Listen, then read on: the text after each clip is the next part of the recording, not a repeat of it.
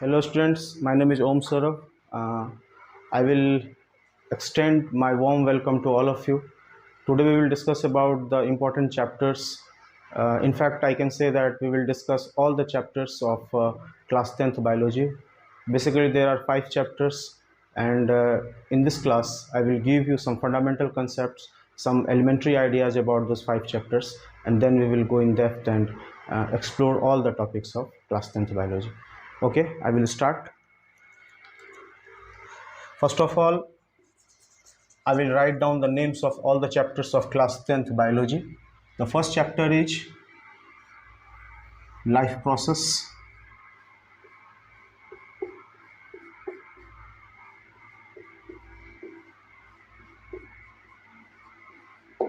The first chapter is life process.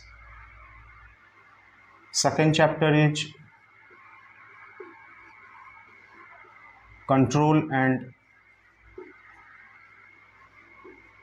coordination. Third chapter is how do organisms reproduce.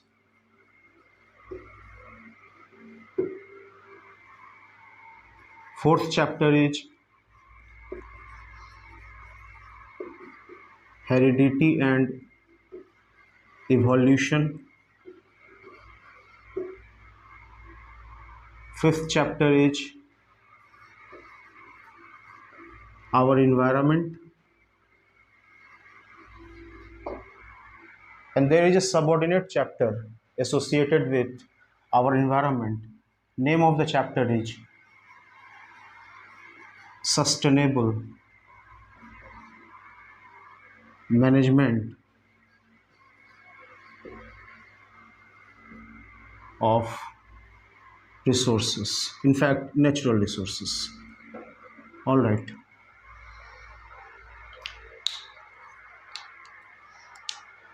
first of all I will give some elementary ideas about these all 5 chapters, the basic topics, subtopics associated with these chapters: life process, control and coordination, how do organisms reproduce, heredity and evolution in our environment. Okay, let's start with the first chapter, life process.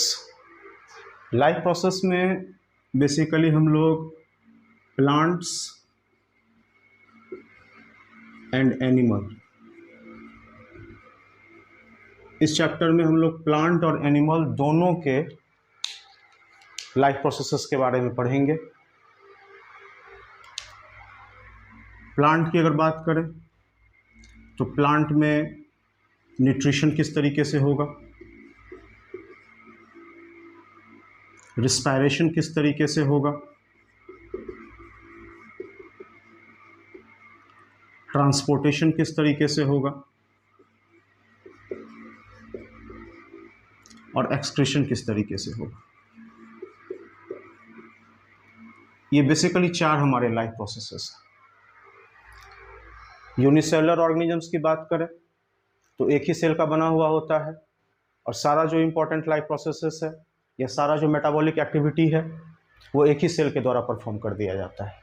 लेकिन अगर हम multi cellular organisms की बात करेंगे तो multi cellular organisms के अंदर coordination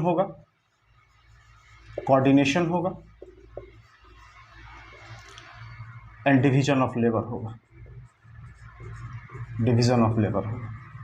अब बात यहाँ पर ये आ रही है कि कोऑर्डिनेशन क्या है और डिवीजन ऑफ लेबर क्या है, जो कि मल्टी सेलुलर ऑर्गेनिजम्स के बारे में हमको पढ़ना है। कोऑर्डिनेशन का मतलब ये हुआ कि कोई भी important life process, nutrition, respiration, transportation या एक्सक्रीशन एक दूसरे के साथ कम्पीट नहीं करेगा, बल्कि एक दूसरे को हेल्प करेगा अपने मेटाबॉलिक फंक्शंस को पूरा करने के लिए। There is no competition but there is some amount of coordination and integration of diverse metabolic functions. लेकिन अगर हम डिवीजन ऑफ लेबर की बात करें तो इसका मतलब ये हुआ कि डाइजेशन का काम जो होगा एक पार्टिकुलर ऑर्गन सिस्टम के द्वारा, रिस्पायरेशन का काम एक दूसरे इंपॉर्टेंट ऑर्गन सिस्टम के द्वारा, ट्रांसपोर्टेशन और एक्सक्रीशन का काम भी अलग अलग ऑर्गन सिस्टम्स के द्वारा किया जाएगा। एक पार्टिकुलर सेल या टिश्यू सारे इंपॉर्टेंट लाइफ प्रोसेसेस को कंप्लीट करने का काम नहीं करेगा। यहाँ पर कंप्लीट डिवीजन ऑफ लेबर है और सारे इंपॉर्टेंट लाइफ प्रोसेसेस जो हैं वो कोऑर्डिनेट करते हैं एक दूसरे के साथ और अपने अपने काम को बांट करके बॉडी के मेटाबॉलिक फंक्शंस को सुचारू रूप से चलाने का प्रयास कर रहे हैं। अब बच्चे हम यहाँ पर ये देख रहे हैं कि एक शब्द बार बार हमारे सामने में आ रहा है, वो शब्द है हमारा मेटाबॉलिज्म। बिल्कुल बेसिक सा टर्म है। क्लास 10th में जब हम बायोलॉजी पढ़ना शुरू करते हैं तो मेटाबॉलिज्म के बारे में जानना सबसे इंपॉर्टेंट है। क्या है मेटाबॉलिज्म? मेटाबॉलिज्म सम टोटल है, एक इंटीग्रेटेड फेनोमेनन है, मतलब चीज़ों को हम इसमें जोड़ते हैं। मेटाबॉलिज्म सम टोटल है all the physical, chemical and biological reactions occurring inside our body. हमारे शरीर के अंदर जितना भी फिजिकल, केमिकल और बायोलॉजिकल रिएक्शंस काम कर रहा है उसके इंटीग्रेशन या जोड़ को हम मेटाबॉलिज्म कहते हैं। मेटाबॉलिज्म को हम लोग अपनी सुविधा के हिसाब से और बायोलॉजिकली भी दो पार्ट में डिवाइड कर सकते हैं। एक हमारा कहलाता है कैटाबॉलिज्म और एक हमारा कहलाता है एनाबॉलिज्म। देखिए बच्चे, आज हमारा फर्स्ट क्लास है। आज हम बेसिकली एलिमेंट्री वर्ड्स और टॉपिक्स को थोड़ा समझ लें ताकि आगे आने वाला जो क्लासेस होगा उसमें हम लोग कंसेप्ट को बेहतर तरीके से समझ पाएं, इसलिए बहुत ध्यान से सुनना है। मेटाबॉलिज्म का मैंने डेफिनेशन बताया, it is sum total of all the physical, chemical and biological reactions occurring inside our body. और फायदा क्या है इस मेटाबॉलिज्म का, क्यों हम सारे फिजिकल, केमिकल और बायोलॉजिकल रिएक्शंस को आपस में जोड़ें? फायदा ये होगा कि जो हमारा हिंदी में अब कहते हैं जीवन द्रव्य, प्रोटोप्लाज्म को, लाइफ हमारा वहीं से इनिशिएट हुआ है। तो हमारे बॉडी के अंदर प्रोटोप्लाज्म का बनना, प्रोटोप्लाज्म का मेंटेन होना और काम के खत्म हो जाने के बाद प्रोटोप्लाज्म का डिस्ट्रॉय हो जाना बहुत इंपॉर्टेंट है। तो हम कह सकते हैं कि metabolism is creation of protoplasm, maintenance of protoplasm and after the work destruction of protoplasm. तो इस तरीके से हम देखें। और अगर हम इसके पार्ट्स की बात करें तो यहाँ देखेंगे बच्चे, कैटाबॉलिज्म है और एनाबॉलिज्म है। कैटाबॉलिज्म को हम लोग कहते हैं it is the destructive metabolism.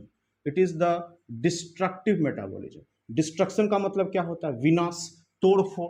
अगर एक बड़ा सा पार्टिकल है, एक बड़ा सा मैटर, हम इसको स्मॉलर पार्ट्स में तोड़ रहे हैं तो इसका जो स्टोर्ड पोटेंशियल एनर्जी है वो काइनेटिक एनर्जी में चेंज होगा। एक लार्ज पार्टिकल टूट रहा है छोटे छोटे पार्टिकल्स में, ह्यूज अमाउंट ऑफ एनर्जी यहाँ से लिबरेट होगा जो कि हमारे बॉडी के अंदर होने वाले इंटरनल रिएक्शंस को मेंटेन करने में यूज किया जाएगा। और जब हम एनाबॉलिक की बात करते हैं तो it is constructive metabolism. It is constructive, मतलब यहाँ पर विनाश नहीं हो रहा है, यहाँ पर निर्माण हो रहा है। निर्माण किन चीज़ों का? उन बायोलॉजिकल फैक्टर्स का जो कि हमारे बॉडी के ग्रोथ, डिफ्रेंसिएशन, रीजनरेशन और मेंटेनेंस के लिए बहुत आवश्यक है। तो मोटा मोटा बस ये समझना है हम लोगों की लाइफ प्रोसेस का सिग्निफिकेंस या इंपॉर्टेंस बस इतना है कि हम इसमें मेटाबॉलिज्म के प्रोसेस को कंट्रोल और रेगुलेट करते हैं। अर्थात कहने का मतलब हुआ ये जो चार इंपॉर्टेंट फंक्शन हमारे बॉडी के अंदर चल रहा है, न्यूट्रिशन, रिस्पायरेशन, ट्रांसपोर्टेशन और एक्सक्रीशन, इसको एक इंटीग्रेटेड तरीके से, एक हॉलिस्टिक अप्रोच में यह बॉडी के अंदर काम करेगा, जिसके कारण हमारा बॉडी जो है अपने सारे इंपॉर्टेंट फंक्शंस को बेहतर तरीके से पूरा कर पाएगा। तो ये हमने कुछ बेसिक टर्म्स के बारे में देखा। जब हम बात करते हैं, हम थोड़ा थोड़ा बेसिक थोड़ा बताते चलें। आज पूरे सिलेबस के बारे में थोड़ा हम कुछ कुछ बेसिक बता देते हैं आपको, फिर इसके बाद हम लोग उसको एलाबोरेट भी करेंगे, नोट्स भी बनाएंगे, थोड़ा सा अपने स्टैंडर्ड को ऊपर भी ले जाएंगे, ताकि हम आगे आने वाले क्लासेस में जब हम नीट के प्रिपरेशन के लिए जाएं तो हमारे पास एक बेसिक फंडामेंटल नॉलेज हो, ताकि एक बड़ा सा गैप या ब्रिज ना बन जाए क्लास 10th के नॉलेज और क्लास 11th के नॉलेज के बीच में, जो कि आपको वहाँ पर समझने में और चीज़ों को कंप्रीहेंड करने में मुश्किल पैदा कर दे। तो हम लोगों को उस ब्रिज को कम करना है, इसलिए जब भी हमें मौका मिलेगा हम थोड़ा सा अपने लेवल को बढ़ाएंगे, अपने इन्फॉर्मेशन को थोड़ा सा ज़्यादा इन्फॉर्मेटिव बनने का प्रयास करेंगे, ज़्यादा चीज़ों को जानने और कंप्रीहेंड करने का प्रयास करेंगे, ताकि वो ब्रिज जो है नीट के प्रिपरेशन में और अभी जो आप जो पढ़ रहे हैं जो बायोलॉजी, उसके गैप को थोड़ा कम कर सके। ओके, आज हम स्टार्ट कर रहे हैं। थोड़ा सा आपको हम यहाँ पे कुछ इंपॉर्टेंट टर्म्स से सिर्फ आपको जो है रूबरू करा देते हैं, थोड़ा सा सुन लीजिए ये टर्म्स क्या है। जब इसको इलाबोरेटली पढ़ेंगे तो बेहतर समझ में आएगा हमें।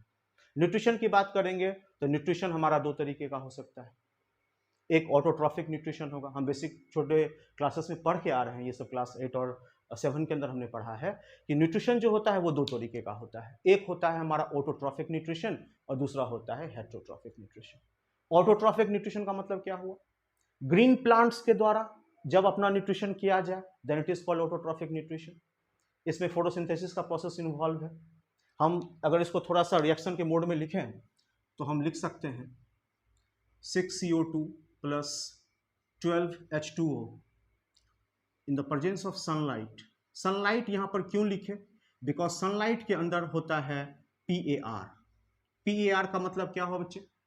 PAR का मतलब हुआ photosynthetically active radiation. Photosynthetically active radiation मतलब सनलाइट का हर हिस्सा प्रकाश संश्लेषण में या फोटोसिंथेसिस में यूज नहीं होता है। कुछ एक इंपॉर्टेंट वेवलेंथ पे वो यूज होता है, उस पार्ट ऑफ द वेवलेंथ को PAR वाला पार्ट हम कहेंगे।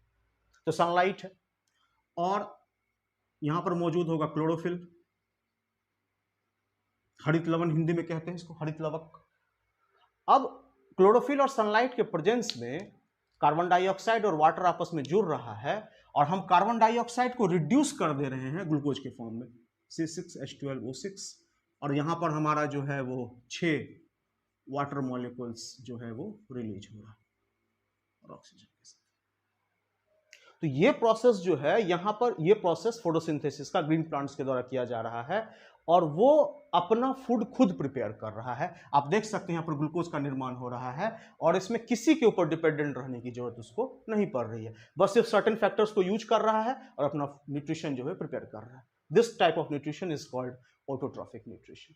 लेकिन जब बात करेंगे हेटेरोट्रॉफिक न्यूट्रिशन की, जो कि ह्यूमन बींग्स के केस में देखा जाता है, यूनिसेलुलर ऑर्गेनिज्म में बात करें तो अमीबा और पैरामीशियम के केस में देखा जाता है, तो जब न्यूट्रिशन किसी और के ऊपर डिपेंडेंट हो, जैसे कि अगर हम प्रेडेटर और प्रे की बात करें, शिकार और शिकारी की बात करें, तो जो पहला चित्र हमारे दिमाग में आता है वो ये आता है कि एक टाइगर जो है एक हिरन का पीछा कर रहा है और उसको अपने न्यूट्रिशन या अपने फूड के रूप में उसको किल करके खा रहा है। तो टाइगर जो है वो डिपेंडेंट है किसके ऊपर? हिरन के ऊपर न्यूट्रिशन के लिए। वो अपना फूड खुद तो नहीं प्रिपेयर कर पा रहा है, तो एक ऐसा न्यूट्रिशन जिसमें ऑर्गेनिज्म किसी और पर अपने न्यूट्रिशन के लिए डिपेंडेंट रहे, those type of nutrition is known as heterotrophic nutrition, जो कि ह्यूमन बींग्स के केस में भी होता है और एनिमल्स के केस में भी होता है और यूनिसेलुलर ऑर्गेनिज्म की बात करें तो अमीबा और पैरामीशियम जैसे ऑर्गेनिज्म के केस में भी देखा जा सकता है। तो ये बात हो गई हमारी न्यूट्रिशन की। हम थोड़ा सा जब चैप्टर में आएंगे तो आपको फिर हम ह्यूमन बींग्स के अंदर कैसे डाइजेशन होता है फूड का और डाइवर्स टाइप के इंजाइम्स वहाँ पर वर्क करते हैं, जैसे कि मैं आपको थोड़ा सा एक दो कुछ एलिमेंट्री इन्फॉर्मेशन यहाँ बताता चलूँ। आज फर्स्ट क्लास है हम लोगों का। जैसे कि फूड जो है आपने बैलेंस डाइट को माउथ में रखा, वो फूड जो है उसने हमारे माउथ के अंदर सलाइवा मौजूद है, बक्कल कैविटी के अंदर सलाइवा के अंदर से सेलेवरी एमाइलेज निकल रहा है। जो खाना आप खा रहे हैं उस खाने में जो स्टार्च है उसको वो माल्टोज में चेंज कर दे रहा है, वो फिर फूड पाइप के अंदर जा रहा है जिसको ओइसोफेगस कहते हैं। ओइसोफेगस के अंदर पेरिस्टालसिस चल रहा है, एक रिदम में कॉन्ट्रैक्ट और रिलैक्स हो रहा है हमारा फूड पाइप और फूड मॉलिक्यूल्स को नीचे जो है वो स्टोमक में पहुंचा दे रहा है। स्टोमक का 3 पार्ट है, कार्डियक है, फंडिक है, पाइलोरिक है। स्टोमक के अंदर भी जो है HCl रिलीज हुआ, पेप्सिन रिलीज हुआ, कैसल इंट्रिंसिक फैक्टर रिलीज हुआ और हमारा फूड जो है वो स्टोमक से स्मॉल इंटेस्टाइन के अंदर पहुंच गया। स्मॉल इंटेस्टाइन के अंदर पहुंचा तो उसका भी 3 पार्ट है, डिओडेनम है, जेजेनम है, इलियम है। वो फूड को डाइजेस्ट किया। स्मॉल इंटेस्टाइन का 2 फ्रेंड भी है जो कि फूड के डाइजेशन में मदद कर रहा है, एक आपका पेनक्रियाज है और एक आपका लीवर है। लीवर के अंदर से बाइल निकल रहा है, पेनक्रियाज के अंदर से पेनक्रेटिक जूस आ रहा है और वो डाइवर्स एंजाइम्स स्मॉल इंटेस्टाइन के anterior part that is duodenum के अंदर आकर के फूड को कंप्लीटली डाइजेस्ट कर दे रहा है। फूड का जो कॉम्प्लेक्स मॉलिक्यूल है वो एंजाइम्स के प्रेजेंस में टूट रहा है स्मॉलर सिंपल एब्जॉर्बेबल फॉर्म्स में और हमारा जो स्मॉल इंटेस्टाइन का जो फिंगर लाइक प्रोजेक्शन है जिसको हम विलाई और माइक्रोविलाई कहते हैं वो उस न्यूट्रिशन को एब्जॉर्ब कर दे रहा है। जो बचा खुचा अनडाइजेस्टेड फूड है वो लार्ज इंटेस्टाइन में पहुंचा। लार्ज इंटेस्टाइन में कॉलोन है, रेक्टम है, एनस है। तो इस तरीके से हमारा जो फूड जो है वो इस तरीके से मूव करता है और हम उससे न्यूट्रिशन को जो है एब्जॉर्ब करते हैं। ये हमारा कुछ है। हम जब उस टॉपिक के अंदर आएंगे तो आपको अच्छे से इलाबोरेटली हम आपको उस चीज के बारे में बताएंगे, ठीक है। अब हम आते हैं सेकेंड लाइफ प्रोसेस की तरफ, दैट इज रिस्पायरेशन। रिस्पायरेशन की बात करें तो रिस्पायरेशन ह्यूमन बींग्स के अंदर 2 प्रकार का होता है, aerobic respiration and aerobic respiration. Oxygen की मदद से अगर रिस्पायरेशन हुआ then it is aerobic respiration. Oxygen के एब्सेंस में अगर रिस्पायरेशन हुआ then it is anaerobic respiration. Respiration है क्या? रिस्पायरेशन एक कैटाबॉलिक प्रोसेस है, मैंने अभी जस्ट बताया आपको, डिस्ट्रक्टिव है, टूटने वाला प्रोसेस है, जिसमें complex food molecule in the presence of oxygen टूटता है और वहां से एनर्जी लिबरेट होता है। जब हम इस चैप्टर में पढ़ेंगे तो हम देखेंगे कि ग्लूकोज जो है पहले पायरूवेट में टूटा, फिर वो 3 स्टेज में आ रहा है, जैसे कि मसल के अंदर आया तो पायरूवेट लैक्टिक एसिड में चेंज हो गया, माइक्रो ऑर्गेनिज्म के अंदर गया तो इथेनॉल बना लिया। जब पर्याप्त ऑक्सीजन मौजूद है उस जगह पर कार्बन डाइऑक्साइड, वाटर और एनर्जी के रूप में चेंज हो रहा है। तो वो सब हम जब आएंगे तो उसके बारे में बताएंगे। ह्यूमन बींग्स में भी अगर रिस्पायरेशन को देखें तो सारा रिस्पायरेशन ह्यूमन बींग्स का थोरेसिक कैविटी के अंदर होता है, ये वाला जो कैविटी है। जैसे कि यहाँ पर मैं शॉर्ट में थोड़ा बताता चलूँ कुछ नाम के बारे में। जैसे हम यहाँ से गए, this is the nasal opening, this is the nasal chamber, nasal chamber से थोड़ा नीचे की तरफ जा रहे हैं, इधर हमारा जो है हाइवाइड बोन है, लैरिंग्स है, ट्रैकिया है, this is the wind pipe known as trachea. Trachea के थोड़ा जब नीचे की तरफ जाते हैं तो जब हम वर्टिब्रा के पास पहुँचते हैं, चेस्ट के पास, तो यहाँ से डिवाइड होता है, प्राइमरी ब्रोंकी बनता है, सेकेंडरी ब्रोंकी बनता है, टर्शियरी ब्रोंकी बनता है, ब्रोंक्यूल बनता है, और लास्ट में एक vascular small elastic bag like structure में जाके खत्म होता है, दैट इज कॉल्ड एल्वुलाई।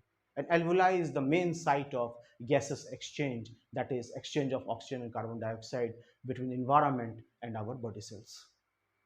तो वहाँ हम जाके पढ़ेंगे इस चीज़ों के बारे में। मैंने नाम सिर्फ आपको बताया है, वहाँ जब हम डायग्राम के साथ आएंगे तो आपको सारा चीज़ हम एलिबरेटली बता देंगे। सिर्फ अभी हम इंट्रोडक्टरी क्लास में आपको टर्म से सिर्फ एक बार रूबरू करवा देना चाहते हैं, ताकि आपको उस समय ऐसा ना लगे कि बिल्कुल मेरे नया टर्म है और उसको कंप्रीहेंड करने में आपको दिक्कत हो रही है।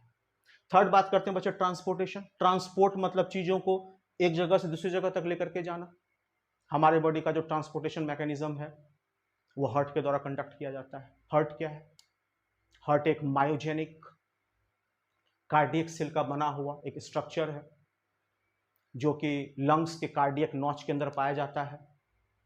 Heart is the pumping organ, ये लगातार ब्लड को पंप करता है। 4 चैम्बर मौजूद होते हैं, ऊपर वाले 2 चैम्बर को ऑरिकल कहते हैं, नीचे वाले 2 चैम्बर को वेंट्रिकल कहते हैं। पल्मोनरी आर्टरी होता है, पल्मोनरी वेन होता है, एओर्टा होता है, और ये सारा स्ट्रक्चर मिल करके ब्लड को पंप करके बॉडी के डाइवर्स हिस्से तक पहुंचा देता है। और इस मैकेनिज्म को हम लोग डबल सर्कुलेशन के नाम से जानते हैं। तो ये वर्ड हमने अभी सीखा, डबल सर्कुलेशन, हार्ट के अंदर किस तरीके से वो वर्क करेगा। इसके बाद हम लिम्फ के बारे में आपको बताएंगे कि लिम्फ के अंदर लिम्फोसाइट्स मौजूद होते हैं, और वो लिम्फ जो होता है वो भी बॉडी का एक फ्लूइड है, और इम्यूनिटी फैक्टर्स के लिए, इम्यूनिटी रिएक्शंस के लिए काफ़ी इंपॉर्टेंट होता है वो, उसके बारे में हम पढ़ेंगे, आपको बताएंगे आपको। और जब प्लांट्स में ट्रांसपोर्टेशन की तरफ जाते हैं तो फूड और वाटर का transportation inside the plant is controlled by 2 structure, first is xylem and second is phloem. Xylem water conduct करता है, फ्लोएम जो है वो फूड और एमिनो एसिड्स को कंडक्ट करता है। जाइलम जो होता है वो ट्रैकिड, वेसल, जाइलम पेरेन्काइमा और जाइलम फाइबर्स का बना हुआ होता है, जबकि फ्लोएम जो है वो sieve tube, sieve plate, phloem parenchyma, phloem fibres का बना हुआ होता है, सीव सेल्स का एक्चुअली बना हुआ होता है। तो वो ट्रांसपोर्टेशन हम देखेंगे प्लांट्स के केस में। और लास्ट में बच्चे हम आते हैं एक्सक्रीशन में। तो एक्सक्रीशन जो बेसिकली है, अगर हम एक्सक्रीशन को डिफाइन करने की कोशिश, ठीक है बच्चे, अब नेक्स्ट हम लोग देख रहे हैं यहाँ पर कि लास्ट जो हमारा लाइफ प्रोसेस है का जो टॉपिक है वो है हमारा एक्सक्रीशन। तो हम एक्सक्रीशन को किस तरीके से डिफाइन कर सकते हैं? तो अगर हमको एक्सक्रीशन को डिफाइन करना है तो हम कह सकते हैं कि excretion is removal of nitrogenous waste product, removal of nitrogenous waste product in the form of urea, ammonia and uric acid. Okay, तो हम यहाँ पर देख रहे हैं डेफिनेशन के अंदर कि हमने डेफिनेशन में बोला कि removal of nitrogenous waste product in the form of urea, ammonia and uric acid. इसका मतलब ये हुआ कि हमारा जो नाइट्रोजिनस वेस्ट प्रोडक्ट जो है वो 3 रूपों में बेसिकली देखा जाता है। इसके अलावा भी बहुत सारे फॉर्म में ये मिल सकता है, लेकिन अगर हम लोग मोटा मोटा देखें तो यहाँ पर हमारा यूरिया है, अमोनिया है और यूरिक एसिड, ये हमारा 3 जो है नाइट्रोजनस वेस्ट प्रोडक्ट। इसमें अमोनिया जो होता है वो सबसे ज़्यादा टॉक्सिक होता है, और जब आप सीनियर क्लासेस में जाएंगे तब आपको बताया जाएगा कि कोरी साइकिल के द्वारा हम किस तरीके से अमोनिया को लेस टॉक्सिक फॉर्म यूरिया में चेंज कर सकते हैं। ऑलराइट, तो हम अपने बॉडी के अंदर से अगर नाइट्रोजनस वेस्ट प्रोडक्ट को रिमूव करते हैं या हटा देते हैं, then that process is called excretion. अच्छा, यहाँ पर एक और बेसिक टर्म हम लोग जो है सीखते चलें, ताकि जब हम वो टॉपिक पढ़ेंगे लाइफ प्रोसेस का तो हमें समझने में थोड़ी आसानी होगी, थोड़ा हमारे पास एलिमेंट्री आइडिया होगा पहले से। That is osmoregulation. अगर सिंपलेस्ट टर्म में कहें तो ऑस्मोरेगुलेशन को डिफाइन कर सकते हैं maintenance of constant osmotic environment. Osmotic का मतलब वाटर से रिलेटेड होता है, तो बॉडी के अंदर एक कांस्टेंट ऑस्मोटिक बैलेंस को मेंटेन करना, एक कांस्टेंट ऑस्मोटिक कंसंट्रेशन को मेंटेन करना, that is called osmoregulation. That is, आप इसको सिंपल टर्म में कह सकते हैं, water regulation is also known as osmoregulation. तो हमने बेसिकली देख लिया है सारा important life process, that is nutrition, respiration, transportation and excretion, हम वो पढ़ेंगे।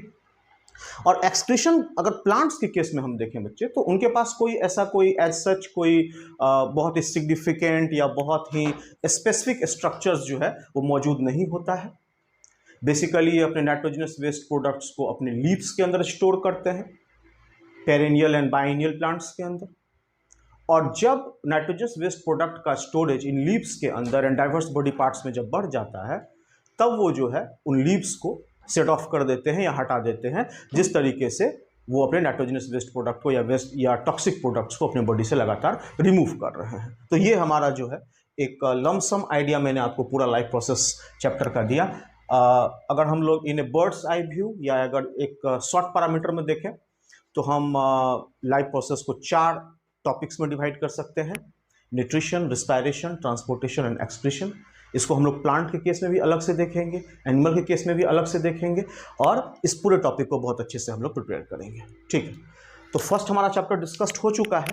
अब हम लोग सेकेंड चैप्टर की बात करेंगे, that is control and coordination. Control and coordination की बात करें बच्चे, तो इसके अंदर उन टॉपिक्स को पढ़ना है specifically for plants and animals, जो कि प्लांट और एनिमल के मेटाबॉलिक फंक्शंस को, उनके मूवमेंट को, उनके response for a particular stimuli को रेगुलेट करता है या उसको कंट्रोल करता है। जैसे कि हम लोग सेकेंड चैप्टर अपना देख रहे हैं, हम लोग अभी डिस्कस कर रहे हैं कुछ elementary ideas, control and coordination. तो कंट्रोल एंड कोऑर्डिनेशन में अगर हम लोग एक शब्द में बोले कि क्या पढ़ेंगे, तो कंट्रोल एंड कोऑर्डिनेशन में हम लोग प्लांट्स और एनिमल्स के रिस्पॉन्स को पढ़ेंगे। अगर सिंपल टर्म्स में देखें, एनिमल किस तरीके से अपने नर्वस सिस्टम की मदद से, किस तरीके से अपने इंडोक्राइन सिस्टम की मदद से, मैं सारा बेसिक वर्ड ही बताऊंगा उसके बारे में, नर्वस सिस्टम की मदद से, इंडोक्राइन सिस्टम की मदद से एक पार्टिकुलर स्टिमुलाई के लिए, स्टिमुलाई का मतलब उद्दीपक होता है जो कि किसी ऑर्गेनिज्म को रिस्पॉन्स करने के लिए मजबूर कर देता है। तो एक पार्टिकुलर स्टिमुलाई के लिए प्लांट और एनिमल किस तरीके से रिस्पॉन्ड करेंगे, किस तरीके का मूवमेंट करेंगे, कौन सा उनके पास मैकेनिज्म मौजूद है, कौन सा न्यूरो इंडोक्राइन सिस्टम उनके बॉडी में काम करता है। यहाँ पर मैंने एक शब्द बोला न्यूरो इंडोक्राइन। न्यूरो इंडोक्राइन का मतलब ये हुआ कि नर्वस सिस्टम और इंडोक्राइन सिस्टम दोनों का जो जोड़ है वो न्यूरो इंडोक्राइन सिस्टम कहलाता है। नर्वस सिस्टम का मतलब क्या हुआ बच्चे? नर्वस सिस्टम का मतलब हुआ brain and spinal cord. Brain and spinal cord किस तरीके से रिस्पॉन्ड कर रहा है, क्या उसका सिग्निफिकेंस एंड इंपॉर्टेंस है। और इंडोक्राइन सिस्टम का मतलब हुआ that system which is regulated by the secretion of hormones. यहाँ पर हॉर्मोन्स की बात हो जाएगी। जैसे कि अगर एक एग्जाम्पल से देखें तो ह्यूमन ब्रेन के अंदर मौजूद जो मास्टर ग्लैंड है एक इंडोक्राइन सिस्टम है, एक इंडोक्राइन ग्लैंड है जिसको पिट्यूटरी ग्लैंड कहते हैं। और वहाँ से जो निकलने वाला हार्मोन है जैसे ग्रोथ हार्मोन है या फॉलिकल स्टिमुलेटिंग हार्मोन है या थायराइड स्टिमुलेटिंग हार्मोन है, प्रोलैक्टिन है, एड्रीनोकॉर्टिकोट्रॉफिक हार्मोन है, मेलाटोनिन है, ऑक्सीटोसिन है, वेसोप्रेसिन है। वेसोप्रेसिन को हम लोग ADH भी बोलते हैं, एंटी डायूरेटिक हार्मोन। तो ये सारा जो हार्मोन रिलीज हुआ पिट्यूटरी ग्लैंड के दोनों हिस्से से, that is adeno hypophysis and neuro hypophysis. जब आप सीनियर क्लासेस में जाएंगे तो पढ़ेंगे इसके बारे में, मैं सिर्फ अभी टॉपिक का नाम बता दे रहा हूँ आपको। Adeno hypophysis is the anterior part of pituitary gland, neuro hypophysis is the posterior part of the pituitary gland. फिर उसके अंदर जब आप और सीनियर हो जाएंगे तो बताया जाएगा पार्स डिस्टेलिस होता है, पार्स इंटरमीडिया होता है, पार्स नर्वोसा होता है। जब सीनियर क्लासेस में जाएंगे तो आप नीट के प्रिपरेशन के दौरान इस चीज़ को पढ़ेंगे, मैंने नाम अभी जस्ट आपको बताया। तो न्यूरो इंडोक्राइन सिस्टम जो है प्लांट और एनिमल का किस तरीके से बिहेव करेगा, मतलब कहने का मतलब हुआ कि नर्वस सिस्टम किस तरीके से हार्मोन को सेक्रीट करके एक कंट्रोल्ड वे में पूरे बॉडी के मैकेनिज्म पर अपना एक अधिपत्य या कोऑर्डिनेशन या कंट्रोल या नियंत्रण बना करके रखेगा। हम लोग इसी टॉपिक को, इन सारे टॉपिक्स को इस चैप्टर के अंदर पढ़ लेते हैं। जैसे कि मैं आपको कुछ बताता चलूँ, जैसे कि सबसे पहले बात कर लेते हैं एनिमल्स के अंदर बात करें कि एनिमल के अंदर किस तरीके से हम लोग कौन कौन सा टॉपिक पढ़ेंगे कंट्रोल एंड कोऑर्डिनेशन के अंदर।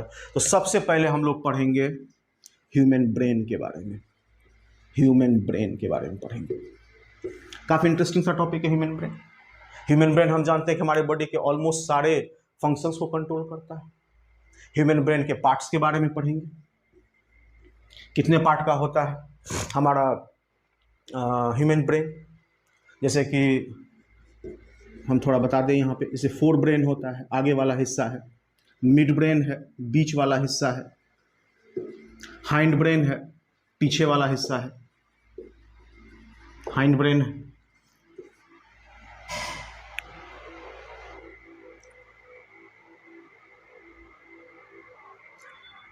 ह्यूमन ब्रेन में से फोर ब्रेन में बात करेंगे तो यहाँ पर हम सेरिब्रम के बारे में पढ़ेंगे।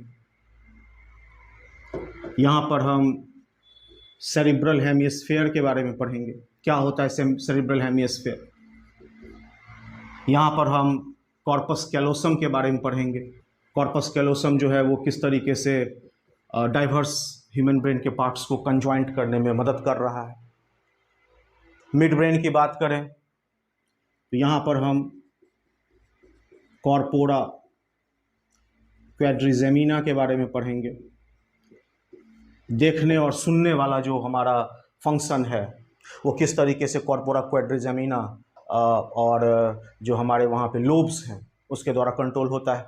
हाइंड ब्रेन की बात करें तो यहाँ पर हमारे पास सेरिबेलम होगा। यहाँ पे हम पढ़ेंगे पॉन्स वेरोली के बारे में, और यहाँ पर हम पढ़ेंगे मेडुला ऑब्लंगाटा के बारे में। मेडुला ऑब्लंगाटा नाम थोड़ा सा टफ है, आपके लेवल पे थोड़ा सा मुश्किल लग रहा होगा, लेकिन जब हम इन टॉपिक्स को पढ़ेंगे तो आपको काफ़ी आसान महसूस होगा। थोड़ा सा मैं फिर से बताता चलो, ह्यूमन ब्रेन के बारे में पढ़ेंगे, fore brain, mid brain and hind brain. Fore brain में हम लोग सेरिब्रम के बारे में पढ़ेंगे, सेरिब्रल हेमिस्फीयर के बारे में पढ़ेंगे, कॉर्पस कैलोसम के बारे में पढ़ेंगे। मिड ब्रेन में हम लोग कॉर्पोरा क्वाड्रिजेमिना के बारे में, और हाइंड ब्रेन में हम लोग cerebellum, pons varolii and medulla oblongata के डाइवर्स फंक्शंस के बारे में सीखेंगे। ये तो हमारा एक इंपॉर्टेंट टॉपिक है जो कि एनिमल्स में हम लोग कंट्रोल एंड कोऑर्डिनेशन में पढ़ते हैं। अगर हम लोग नेक्स्ट टॉपिक देखें एनिमल के अंदर तो हम वहाँ पे पढ़ेंगे बच्चे न्यूरॉन्स के बारे में। न्यूरॉन्स क्या है? Neuron is the structural and functional unit of nervous system. हमारे नर्वस सिस्टम का जो स्ट्रक्चरल एंड फंक्शनल यूनिट है, मतलब संरचनात्मक एवं क्रियात्मक इकाई जो है हमारे ह्यूमन ब्रेन का, वो हमारा है नर्वस सिस्टम का, वो है हमारा न्यूरॉन्स। न्यूरॉन के स्ट्रक्चर के बारे में पढ़ेंगे हम लोग। एग्जाम में काफ़ी बार इसका स्ट्रक्चर पूछा जाता है। जब न्यूरॉन के स्ट्रक्चर के बारे में पढ़ेंगे तो वहाँ हम देखेंगे कि डेंड्राइट्स मौजूद है, साइटोन मौजूद है, एक्जॉन मौजूद है, एक्जॉन हिलॉक मौजूद है, नोड ऑफ रेनवियर मौजूद है।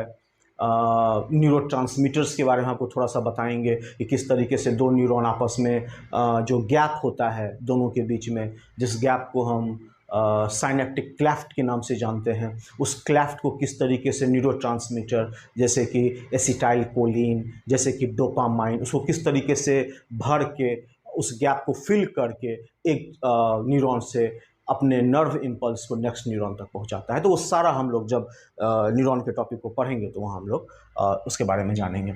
और एक बड़ा इंपॉर्टेंट क्वेश्चन आपका बनता है बोर्ड के लिए, that is reflex action.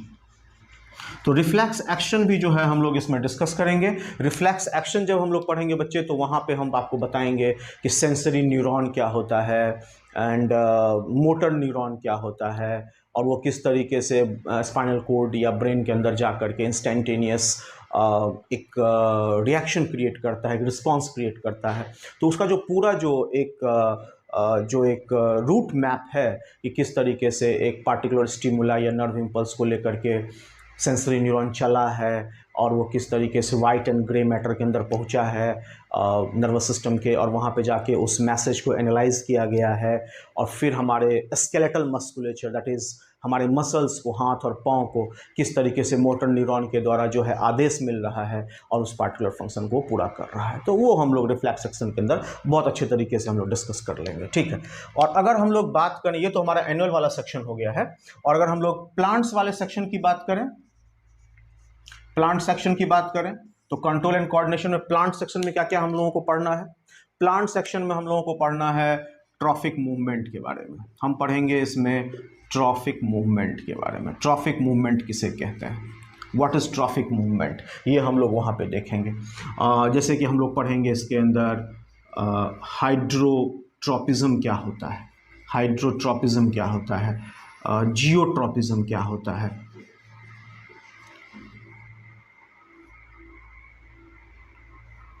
Chemotropism क्या होता है,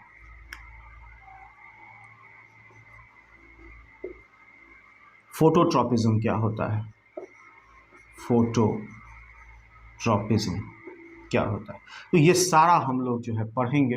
हाइड्रोट्रोपिज्म का मतलब ऐसा ट्रॉफिक मूवमेंट जहाँ पर स्टिमुलाई के रूप में वाटर को यूज़ करते हैं। जियोट्रोपिज्म का मतलब ऐसा ट्रॉफिक मूवमेंट जहाँ पर ग्रेविटी एक स्टिमुलाई की तरह काम कर रहा है। कीमोट्रोपिज्म का मतलब जब एक केमिकल सब्सटेंस जो है एक स्टिमुलाई की तरह काम करे और प्लांट का मूवमेंट हो स्टिमुलाई की तरफ या उससे दूर की तरफ, तो पॉजिटिव एंड नेगेटिव रिस्पॉन्स के रूप में हम उसको देखेंगे, एंड दैट इज़ फोटोट्रोपिज्म। इसमें हम देखेंगे कि सनलाइट जो है किस तरीके से एक स्टिमुलाई की तरह काम कर रहा है और उसके लिए positive and negative trophic movement हम लोग शो करते हैं। ओके, तो ये हमारा जो है वो ट्रॉफिक मूवमेंट हो गया। और इसमें एक क्लासिकल एग्जांपल देखेंगे हम लोग मिमोसा प्यूडिका का। मिमोसा प्यूडिका क्या है ये, मिमोसा प्यूडिका? मिमोसा प्यूडिका हम लोग अपने साधारण भाषा में, लोकल लैंग्वेज में इसको छुई मुई का पौधा बोलते हैं। जब आप उसको टच करते हैं तो उसके जो लीफलेट होते हैं वो काफ़ी कॉन्ट्रैक्ट कर जाते हैं और आपके हैंड के सरफेस पे वाटर के सर्टेन ड्रॉपलेट्स भी आपको नज़र आएंगे। तो वहाँ पे हम लोग देखेंगे कि मिमोसा प्यूडिका किस तरीके से, क्या वो ट्रॉफिक मूवमेंट करेगा, वहाँ पर हम लोग डिस्कस करेंगे वो ट्रॉफिक मूवमेंट कर रहा है या वो नास्टिक मूवमेंट कर रहा है। नास्टिक का मतलब होता है डायरेक्शनलेस मूवमेंट और ट्रॉफिक का मतलब होता है मूवमेंट और response in a particular direction. तो वहाँ पे हम लोग जो है ये मिमोसा प्यूडिका के बारे में जो है वो स्टडी करेंगे, ठीक है।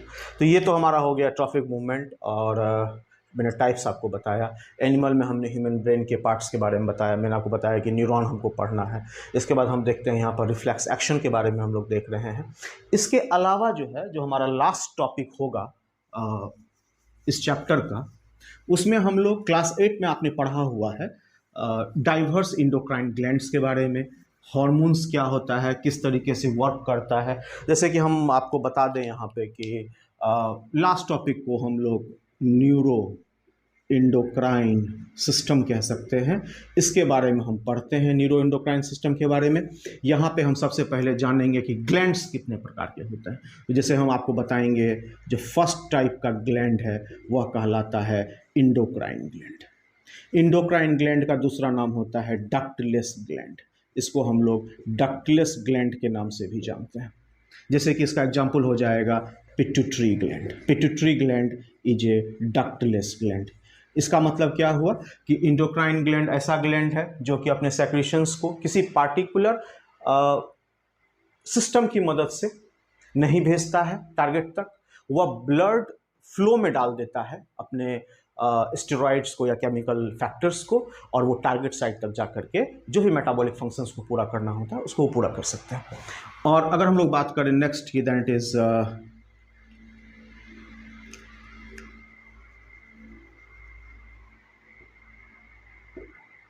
एक ग्लैंड हमारा हो जाएगा हेटेरोक्राइन ग्लैंड,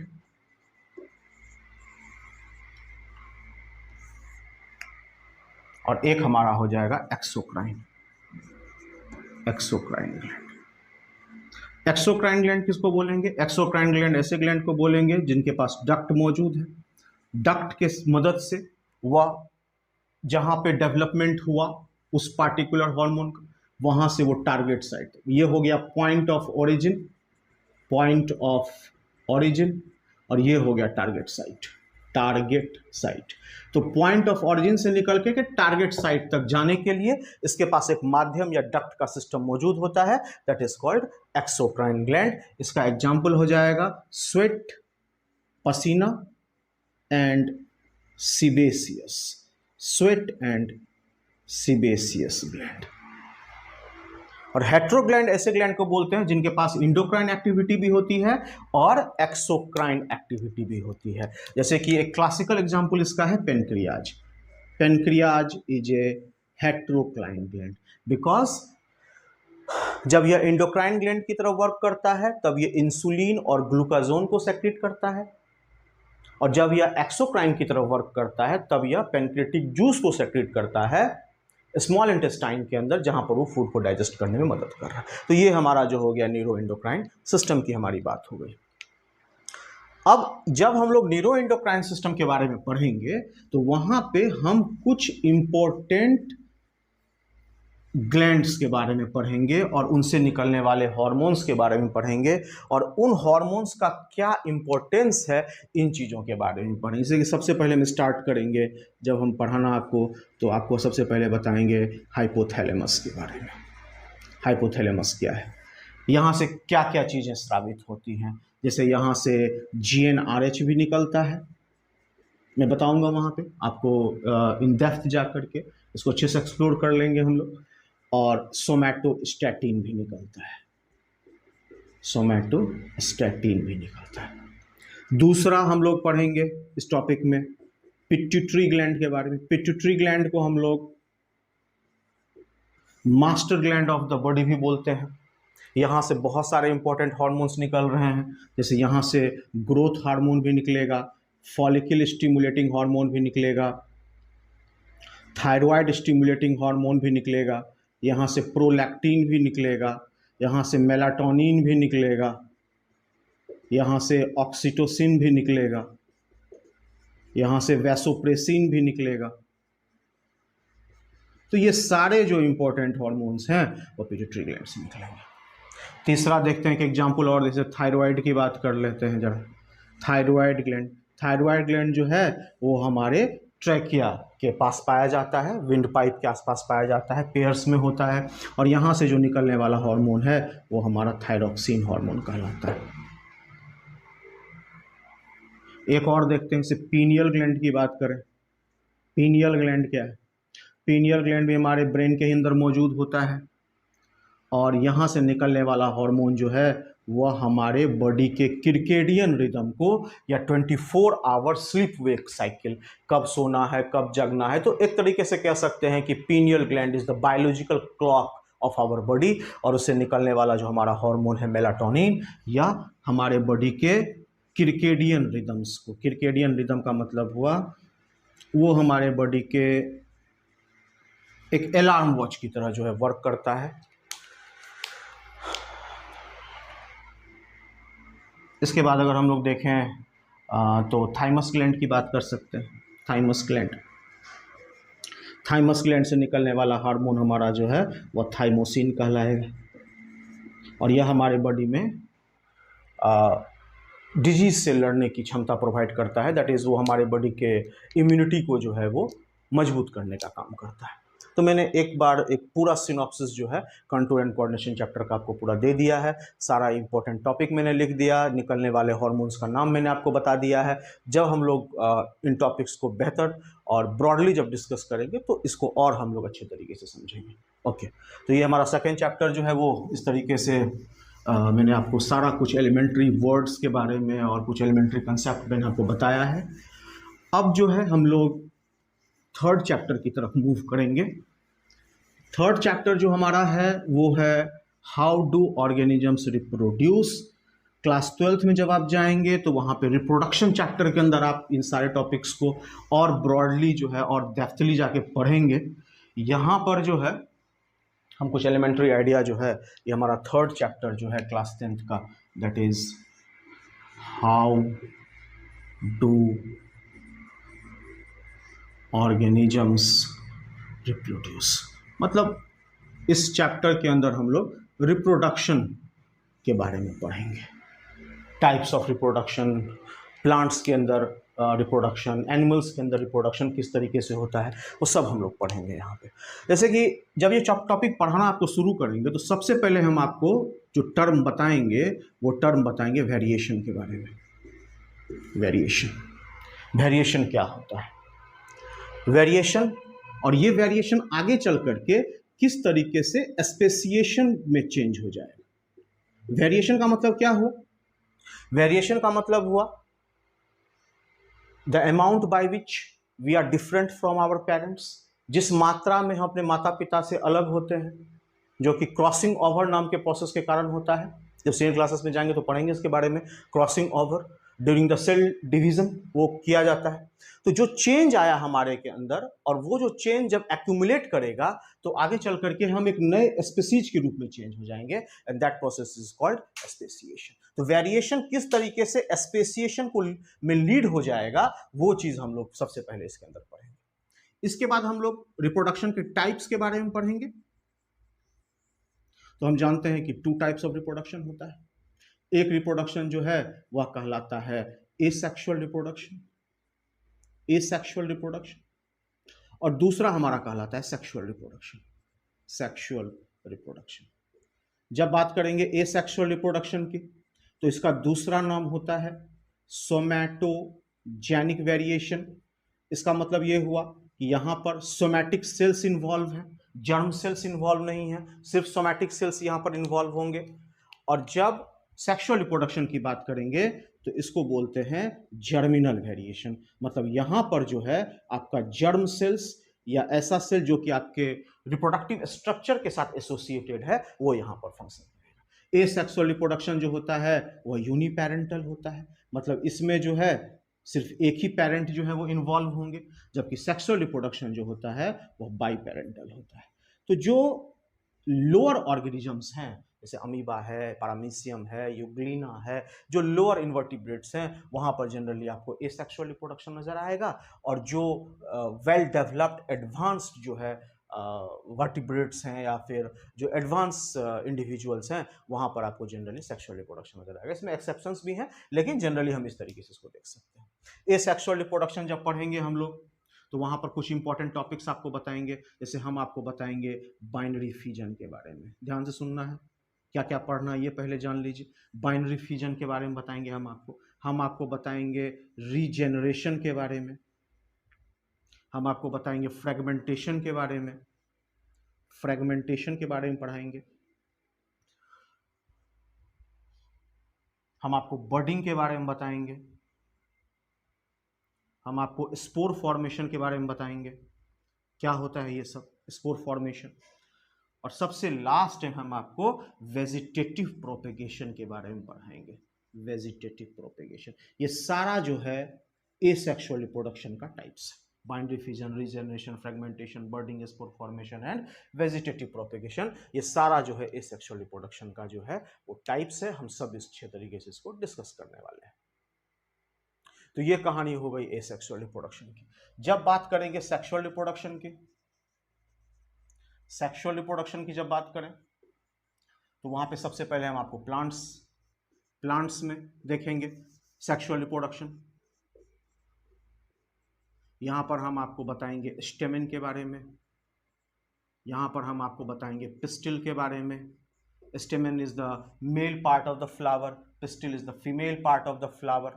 स्टेमेन के अंदर आपका एंथर होगा, फिलामेंट होगा, पिस्टिल के अंदर स्टिग्मा होगा, स्टाइल होगा, ओवरी होगा, ओव्यूल होगा, सब पढ़ेंगे हम लोग। यहाँ पर माइक्रोस्पोरोजेनेसिस होगा, यहाँ पर मेगास्पोरोजेनेसिस होगा, और प्लांट्स के सेक्सुअल रिप्रोडक्शन को हम लोग डबल फर्टिलाइजेशन के नाम से जानते हैं। ये 5 मार्क्स का बड़ा इंपॉर्टेंट क्वेश्चन भी है क्लास 10th का। व्हाट इज डबल फर्टिलाइजेशन, हम लोग डायग्राम की मदद से इसको अच्छे तरीके से डिस्कस करेंगे। यहाँ पर 2 प्रोसेस के बारे में भी पढ़ेंगे। First process is called syngamy and second process is called triple fusion. ये सब हम लोग अच्छे तरीके से डिस्कस करेंगे। सिंगेमी के द्वारा जाइगोट का डेवलपमेंट और ट्रिपल फ्यूजन के द्वारा इंडोस्पर्म का डेवलपमेंट। तो ये हम लोग वहाँ पे प्लांट्स के सेक्सुअल रिप्रोडक्शन को जब डिस्कस करेंगे तो वहाँ पे जाके हम लोग इन चीज़ों को स्टडी करेंगे।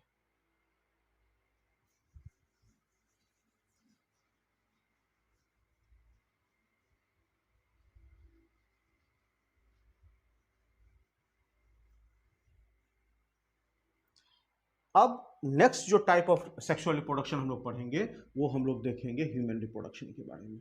ह्यूमन रिप्रोडक्शन, ह्यूमन रिप्रोडक्शन के बारे में जो पढ़ेंगे तो सबसे पहले जो है मेल सेक्स ऑर्गन के बारे में पढ़ेंगे। मेल सेक्स ऑर्गन के बारे में पढ़ेंगे। मेल सेक्स ऑर्गन के बारे में जब पढ़ेंगे तो स्टार्ट करेंगे टेस्टिस के से। टेस्टिस के अंदर जो है किस तरीके से स्पर्म का फॉर्मेशन है, स्पर्म फॉर्मेशन।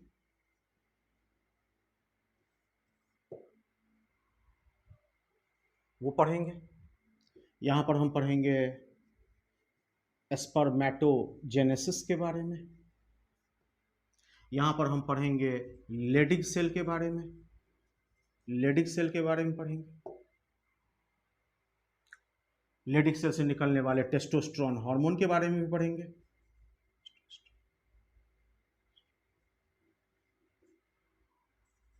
फिर हम पढ़ेंगे फीमेल सेक्स ऑर्गन के बारे में। Female sex organ, female sex organ में स्टार्ट करेंगे सबसे पहले हम ओवरी से। वहाँ पे फिर हम ओवम के डेवलपमेंट के बारे में पढ़ेंगे, जिसको एग भी आप बोलते हैं, ओवम डेवलपमेंट। और ये प्रोसेस जो है हमारा oogenesis कहलाता है।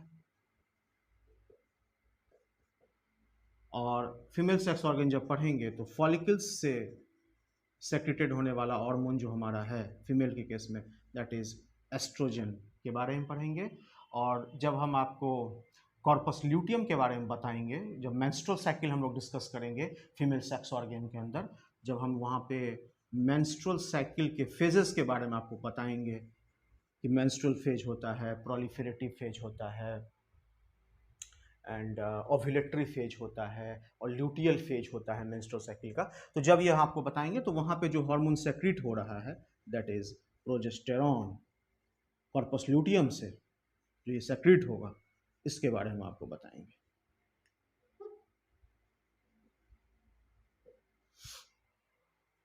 ओके।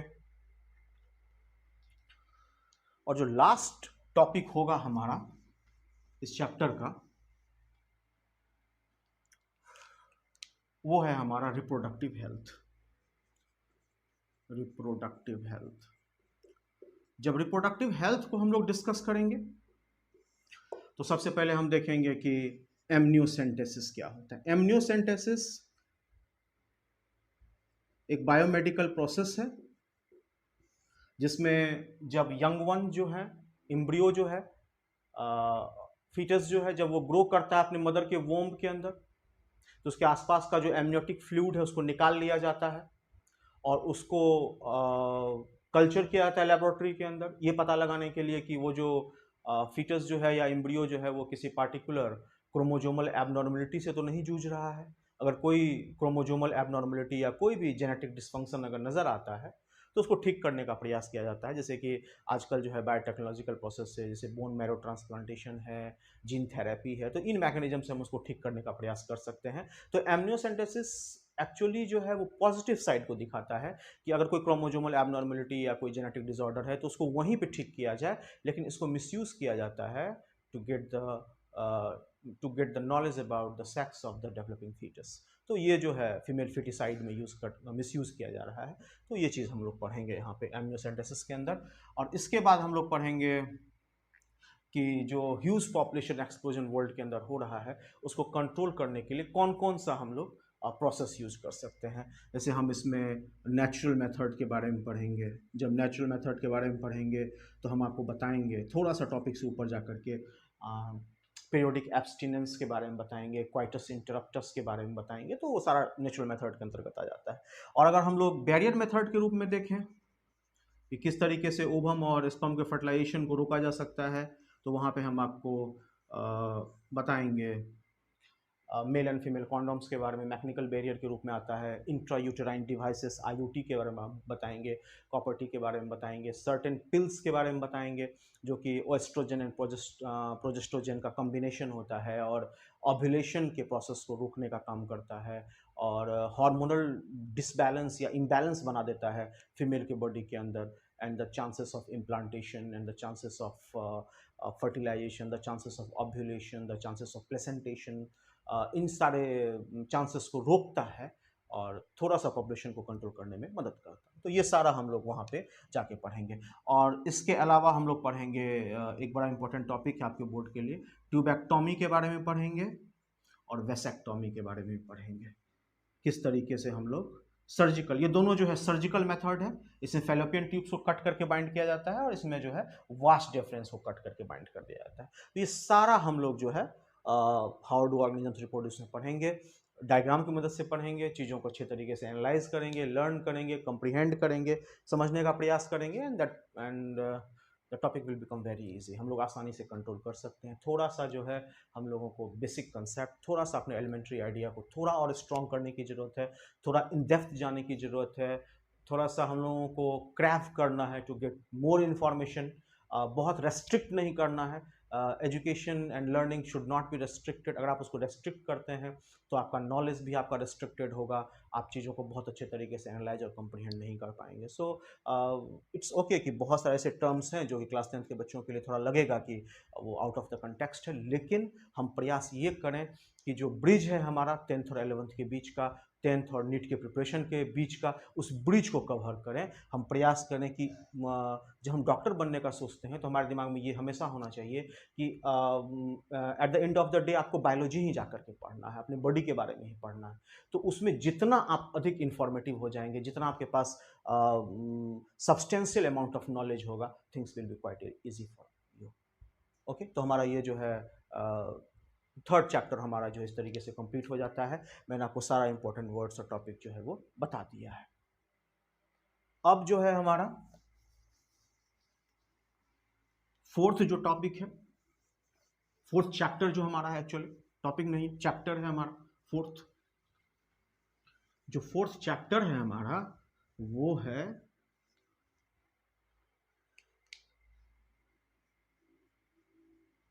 Heredity and evolution. ये हमारा फोर्थ चैप्टर है। हेरिडिटी एंड इवोल्यूशन की बात करें बच्चे, बड़ा ही इंटरेस्टिंग है ये। इसको हम लोग जिस ब्रांच ऑफ बायोलॉजी में पढ़ते हैं उसको जेनेटिक्स बोलते हैं। क्लास 12 में जेनेटिक्स के नाम से ही आप पढ़ेंगे इसको। इस चैप्टर के अंदर हम लोग मेंडल के कंट्रीब्यूशन के बारे में पढ़ेंगे। मेंडल का क्या कंट्रीब्यूशन है, मेंडल के कंट्रीब्यूशन के बारे में पढ़ते हैं इसमें हम।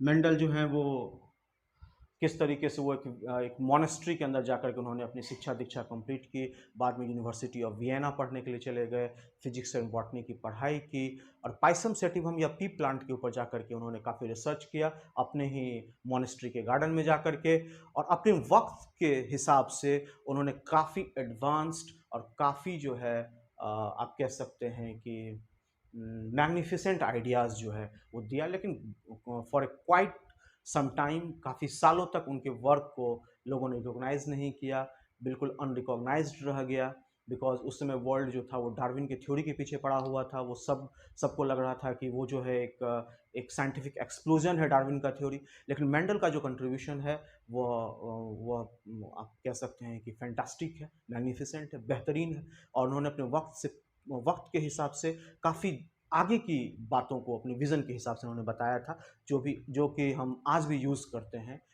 जेनेटिक्स के अंदर एंड बायोटेक्नोलॉजी के अंदर। मेंडल कंट्रीब्यूशन देखेंगे बच्चे तो यहाँ पर सबसे पहले हम आपको बताएंगे मोनोहाइब्रिड क्रॉस के बारे में। मोनोहाइब्रिड क्रॉस क्या होता है, फिनोटाइपिक एंड जीनोटाइपिक रेशियो क्या होता है, डाईहाइब्रिड क्रॉस क्या होता है, ये सब हम लोग पढ़ेंगे इसके अंदर। यहाँ पर हम आपको कुछ लॉ भी बताएंगे, जैसे कि लॉ ऑफ डोमिनेंस के बारे में हम आपको थोड़ा बताएंगे कि डोमिनेंस का लॉ जो है वो क्या कहता है। लॉ ऑफ सेग्रीगेशन के बारे में हम आपको बताएंगे कि लॉ ऑफ सेग्रीगेशन हमें क्या बताना चाह रहा है, और हम लॉ ऑफ इंडिपेंडेंट असॉर्टमेंट के बारे में भी पढ़ेंगे।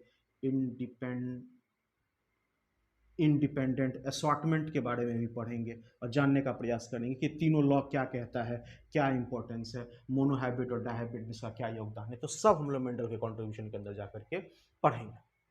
तो बेसिकली मेंडल का work, phenotypic and genotypic ratio, homozygous heterozygous concept, variation, heredity, linkage, crossing over, ये सारा वर्ड जो है हम लोग वहाँ पे डिस्कस करेंगे। यहाँ पर हम लोग थोड़ा डिस्कस करेंगे ये दोनों वर्ड्स भी। लिंकेज का मतलब ये हुआ कि किसी क्रोमोजोम के ऊपर जीन्स के बीच के डिस्टेंस कम होने के कारण अगर जीन्स कंजॉइंट कंडीशन में ही नेक्स्ट जनरेशन में ट्रांसफर हो रहा है, दैट इज लिंकेज। और हम लोग पढ़ेंगे क्रॉसिंग ओवर के बारे में। क्रॉसिंग ओवर म्यूसिस 1 के प्रोफेज 1 में किया जाता है, और यहाँ पे जो नॉन सिस्टर क्रोमैटिड्स हैं अपने सेगमेंट को या जेनेटिक मटेरियल को रिकॉम्बिनेशन नोड्यूल की मदद से एक्सचेंज करके न्यू कैरेक्टर्स का फॉर्मेशन करते हैं। तो वो हम लोग लिंकेज एंड क्रॉसिंग ओवर के अंदर पढ़ेंगे, ठीक है। और जब हम लोग इवोल्यूशन के बारे में पढ़ेंगे तो वहाँ पे जो है हम देखेंगे, जब इवोल्यूशन पढ़ेंगे तो वहाँ पे हम डार्विन के लॉ के बारे में आपको बताएंगे। डार्विन का जो लॉ है, जैसे कि struggle for existence, struggle for existence and survival of fittest. तो ये जो इन्फरेंस ड्रॉ किया डार्विन ने, ये कहाँ से आया है, क्या इसके ऑब्जर्वेशन है, सबके बारे में हम लोग पढ़ेंगे। थोड़ा सा हम आपको लेमार्क के भी बारे में बताएंगे, जीन बैप्टिस्ट डी लेमार्क के बारे में, उनके इंपॉर्टेंट कंट्रीब्यूशन के बारे में बताएंगे, और थ्योरी ऑफ एक्वायर्ड कैरेक्टर्स भी कहते हैं लेमार्क के वर्क को, तो उसके बारे में भी हम लोग थोड़ा सा जो है वो डिस्कस करेंगे। इसके बाद हम थोड़ा सा इवोल्यूशन में पढ़ेंगे एक्वायर्ड एंड इनहेरिटेड ट्रेट्स के बारे में, इनहेरिटेड ट्रेट्स के बारे में पढ़ेंगे। हम आपको बताएंगे होमोलोगस एंड एनालोगस ऑर्गन के बारे में। होमोलोगस एंड एनालोगस ऑर्गन क्या होता है? जिस ऑर्गन का स्ट्रक्चरल फ्रेमवर्क सिमिलर हो, जिन ऑर्गन्स का स्ट्रक्चरल फ्रेमवर्क और ओरिजिन सिमिलर हो लेकिन फंक्शन डाइवर्स करते हो, जिसको हम डाइवर्जेंट इवोल्यूशन भी कहते हैं, तो वो हमारा होमोलोगस ऑर्गन हो जाएगा। और एनालोगस ऑर्गन का मतलब होता है जिसका स्ट्रक्चरल डेवलपमेंट या ऑरिजिन डिफरेंट हो लेकिन फंक्शंस जो है वो एक जैसा करते हैं, जैसे कि आई ऑफ मैमल्स एंड ऑक्टोपस एक बहुत अच्छा एग्जांपल है वो एनालोगस ऑर्गन का। Four limbs of man, bat, चीता, व्हेल, वो जो है हमारा एक इंपॉर्टेंट या अच्छा सा एग्जांपल हो जाएगा होमोलोगस ऑर्गन का। यहाँ पर हम आपको वेस्टिजियल ऑर्गन के बारे में बताएंगे, ऐसा ऑर्गन जो कि हमारे एंसेस्टर्स में तो वेल डेवलप्ड था लेकिन हम तक आते आते काफ़ी रिड्यूस्ड हो गया, जैसे कि पिना जो है वो एक बहुत अच्छा एग्जांपल है वेस्टिजियल ऑर्गन का। ओके, तो ये सब हम लोग जो है, और लास्ट में हम लोग यहाँ पर जो है एडेप्टिव रेडिएशन के बारे में भी पढ़ेंगे। एडेप्टिव रेडिएशन, कैबेज के डाइवर्स एडेप्टिव रेडिएशन के बारे में, कब वह कोल बन जाता है, कब वह कॉलरैबी बन जाता है, कब वो कॉलीफ्लावर बन जाता है, वो सब हम लोग जो है डिस्कस करेंगे। ब्रोकली कब बन जाता है, और लास्ट में हम लोग ह्यूमन इवोल्यूशन के बारे में बताएंगे आपको, ह्यूमन का इवोल्यूशन किस तरीके से हुआ है, किस तरीके से जो है वो निंडरथल है, फिर क्रो-मैग्नॉन है, निंडरथल है, होमो हैबिलिस है, होमो इरेक्टस है, क्रो-मैग्नॉन है, इस तरीके से फिर धीरे आगे बढ़ते बढ़ते होमो सैपियंस तक किस तरीके से पहुंचा है, कितना वक्त लगा है, किन चीज़ों का इन्वेंशन किया गया, और उस समय के इन्वायरमेंट का क्या इंपॉर्टेंस है उनके इवोल्यूशन में, from ape looking individuals to a complete man or human being having a erect posture and well developed mind and able to comprehend the things and able to bury their dead relatives, able to think constructively and develop certain things which will help them to survive or negotiate on those harsh environment और conditions जो उसमें prevailing था। तो सब हम लोग जो है इस टॉपिक के अंदर देखेंगे ह्यूमन इवोल्यूशन के अंदर। बड़ा इंपॉर्टेंट है, बड़ा ही इंटरेस्टिंग भी है, काफ़ी अच्छा लगेगा आपको जब मैं आपको स्टेप वाइज बताऊंगा किस तरीके से ह्यूमन इवोल्यूशन चल रहा है, ठीक। और लास्ट बट नॉट लिस्ट, एक ऐसा चैप्टर जिससे बहुत सारा क्वेश्चन बोर्ड एग्जाम के अंदर आता है, और एक ये जो चैप्टर है लास्ट वाला आवर इन्वायरमेंट, वो क्लास 12th में जाकर के इकोलॉजी बन जाता है। और जब आप इस चैप्टर को पढ़ेंगे तो बहुत सारे बेसिक बिल्डिंग जो मटेरियल है आपका इकोलॉजी का वो यहाँ से तैयार होगा। आवर इन्वायरमेंट, आवर इन्वायरमेंट बहुत ही स्मूथ, बड़ा ही इंटरेस्टिंग सा चैप्टर है आवर इन्वायरमेंट। जैसे कि इसमें जब स्टार्ट हम आप जब पढ़ाना शुरू करेंगे आपको, तो हम आपको सबसे पहले आवर इन्वायरमेंट में अपने इकोसिस्टम के बारे में बताएंगे। इकोसिस्टम क्या होता है, इकोसिस्टम को डिफाइन करेंगे, इकोसिस्टम के फैक्टर्स के बारे में बताएंगे, biotic and abiotic factor. Biotic factor क्या होता है, एबायोटिक फैक्टर क्या होता है, सब पढ़ेंगे हम लोग इसके अंदर। इकोसिस्टम किन चीज़ों पर डिपेंडेंट है, कौन कौन से पैरामीटर्स हैं इकोसिस्टम के, जैसे कि इकोसिस्टम के पैरामीटर्स होते हैं, प्रोडक्टिविटी है, फोटोसिंथेसिस के द्वारा जो प्रोडक्टिविटी होती है, बायोमास की, वो एक इम्पॉर्टेंट हो गया। डिकम्पोजिशन एक बड़ा इम्पॉर्टेंट हो गया, डिकम्पोजिशन एक सेकेंड इसका बड़ा इम्पॉर्टेंट पैरामीटर है। थर्ड हम लोग देखते हैं एनर्जी फ्लो। जब हम एनर्जी फ्लो के बारे में पढ़ेंगे तो यहाँ पर हम आपको बताएंगे 10% लॉ के बारे में, किस तरीके से लोअर ट्रॉफिक लेवल से अपर ट्रॉफिक लेवल तक जाते समय most of the energy and biomass use हो जाता है और ऊपर तक जाते जाते उसकी मात्रा काफ़ी कम हो जाती है। तो 10% लॉ के बारे में हम आपको बताएंगे। इसके बाद हम न्यूट्रिएंट साइक्लिंग एक बड़ा इंपॉर्टेंट सा टॉपिक हो जाएगा, न्यूट्रिएंट साइक्लिंग, मिनरल साइकिलिंग, जैसे कार्बन साइकिल है, नाइट्रोजन साइकिल है, फॉस्फोरस साइकिल है, किस तरीके से nutrients diverse factor of the या डाइवर्स आप कह सकते हैं कि एस्पेक्ट्स ऑफ द इकोसिस्टम में मूव करता है और जो इनफ्लक्स और इफ्लक्स का गैप है उसको मिनिमाइज करने का कोशिश करता है। तो वो हम लोग वहाँ पे देखेंगे। जब हम एनर्जी फ्लो आपको पढ़ाएंगे तो उसी समय में आपको फूड चेन के बारे में भी बता देंगे, बड़ा ही सिंपल और एलिमेंट्री कंसेप्ट है। फूड वेब के बारे में भी बताएंगे, हम आपको ट्रॉफिक लेवल के बारे में भी बता देंगे। ये सब हम लोग जो एनर्जी फ्लो के अंदर पढ़ लेंगे और थोड़ा सा हम इसको कंसाइज रखेंगे, वहाँ पे टॉपिक वाइज पढ़ाएंगे आपको, ताकि आपको टॉपिक के हिसाब से कंसेप्ट को याद रखने में कोई दिक्कत ना हो। और आगे जब हम लोग बढ़ेंगे तो हम आपको बताएंगे इसमें ओजोन डिप्लीशन के बारे में। ओजोन डिप्लीशन, ओजोन का लेयर हमारे स्ट्रेटोस्फीयर में मौजूद है और ओजोन डिप्लीटिंग सब्सटेंसेस जैसे कि क्लोरोफ्लोरोकार्बन या फ्रियॉन, कार्बन टेट्राक्लोराइड, इन चीज़ों के निकलने के कारण किस तरीके से ओजोन का कंसंट्रेशन कम होता जा रहा है और अल्ट्रा वायलेट रेडिएशंस हमारे एटमॉस्फेयर में आ करके हमारे बॉडी के अंदर आ करके वो डाइवर्स टाइप के कार्किनोजेनिक इफेक्ट को, कैंसर प्रोड्यूसिंग इफेक्ट को प्रोड्यूस कर रहा है। आँखों के अंदर जा रहा है तो कैटरैक्ट नाम का डिजीज़ काउज कर रहा है, प्लांट्स के ऊपर फॉल कर रहा है तो प्लांट के प्राइमरी प्रोडक्टिविटी को कम कर रहा है। तो ये सारा जो है ओजोन के बैड इम्पैक्ट्स कहाँ पाया जाता है, क्यों वो लगातार डिप्लीट हो रहा है, कैसे हम इसको कंट्रोल कर सकते हैं, इन सभी चीज़ों को बेहतर तरीके से पढ़ेंगे। तो मैंने आपको ऑल टुगेदर सारा जो पूरा 10th का बायोलॉजी का जो सारा कंसेप्ट है, एलिमेंट्री आइडिया है, सब मैंने आपको in a bird's eye view, in a short format मैंने सब कुछ बता दिया है। जब हम नेक्स्ट क्लास से जब इसको एलाबोरेट करेंगे तो हम प्रयास करेंगे कि चीज़ों को काफ़ी सिस्टमेटिक रखा जाए, इजी रखा जाए, इजी टू कम्प्रीहेंड रखा जाए। आपको बस कंसंट्रेशन से लेक्चर्स को सुनना है, नोट्स लेना है, एनसीईआरटी के बुक्स को पढ़ना है और अगर कुछ और अच्छा रेफरेंस बुक मिले तो पढ़ते रहना है, सीखते रहना है, ताकि चीज़ें हमारे लिए आगे आने वाली जो चीज़ें हैं वो हमारे लिए बेहतरीन हो सके। Thank you.